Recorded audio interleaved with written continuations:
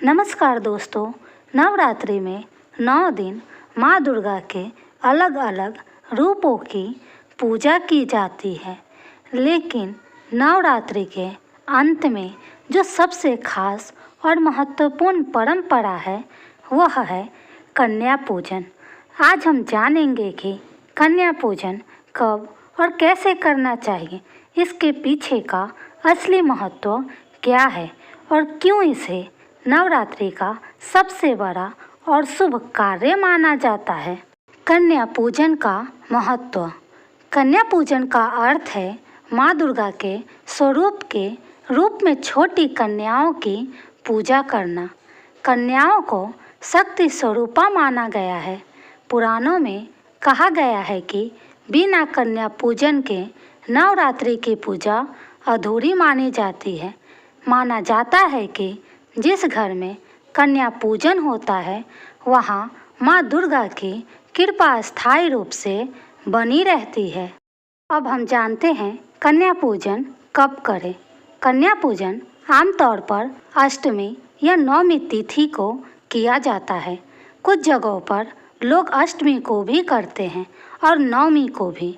शास्त्रों के अनुसार नवमी का दिन सबसे श्रेष्ठ माना गया है, लेकिन अगर किसी कारण से नवमी पर संभव ना हो तो अष्टमी पर कन्या पूजन करना भी पूर्ण फलदायी माना जाता है। शारदीय नवरात्रि के दौरान अष्टमी तिथि 30 सितंबर के दिन है और नवमी तिथि 1 अक्टूबर के दिन। ऐसे में अष्टमी तिथि का कन्या पूजन 30 सितंबर मंगलवार को और नवमी तिथि का कन्या पूजन 1 अक्टूबर बुधवार को किया जाएगा।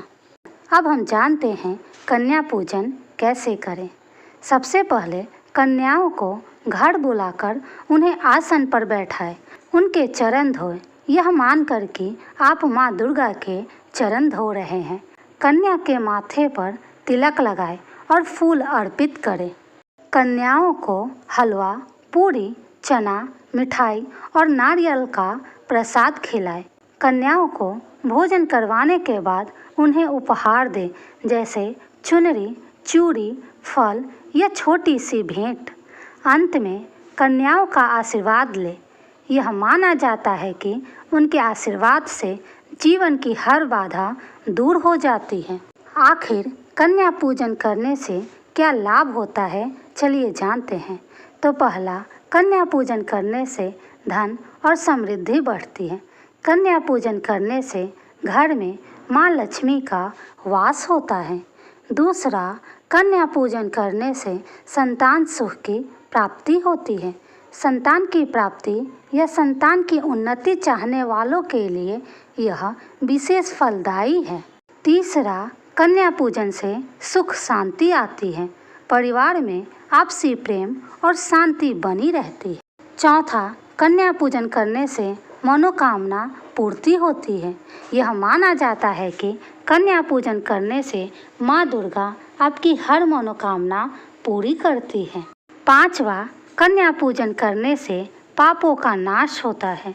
यह पूजा जीवन में हुए दोष और पापों को मिटाती है और नए जीवन की शुरुआत कराती है।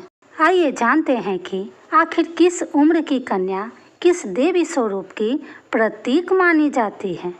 अब सबसे खास बात, कन्या के उम्र के आधार पर वे माँ दुर्गा के अलग अलग रूपों की प्रतीक मानी जाती है। 2 साल की कन्या कुमारी स्वरूप होती है, जो मासूमियत और पवित्रता का प्रतीक मानी जाती है। 3 साल की कन्या त्रिमूर्ति स्वरूप मानी जाती है, जो ज्ञान और देवी सरस्वती की कृपा का प्रतीक मानी जाती है।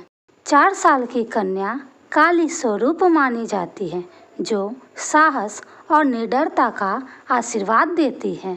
5 साल की कन्या कात्यायनी स्वरूप मानी जाती है, जो विवाह योग्य कन्या के लिए मंगलकारी है। 6 साल की कन्या चंडी स्वरूप मानी जाती है, जो रोगनाश और बल की प्राप्ति कराती है।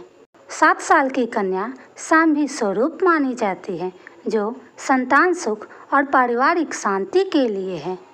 8 साल की कन्या दुर्गा स्वरूप मानी जाती है, जिनकी पूजा करने से सभी मनोकामनाएं की पूर्ति होती है।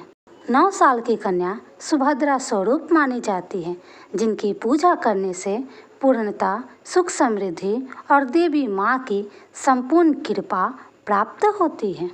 इसी वजह से कन्या पूजन में 2 साल से 9 साल तक की कन्याओं की पूजा करना सबसे शुभ माना जाता है।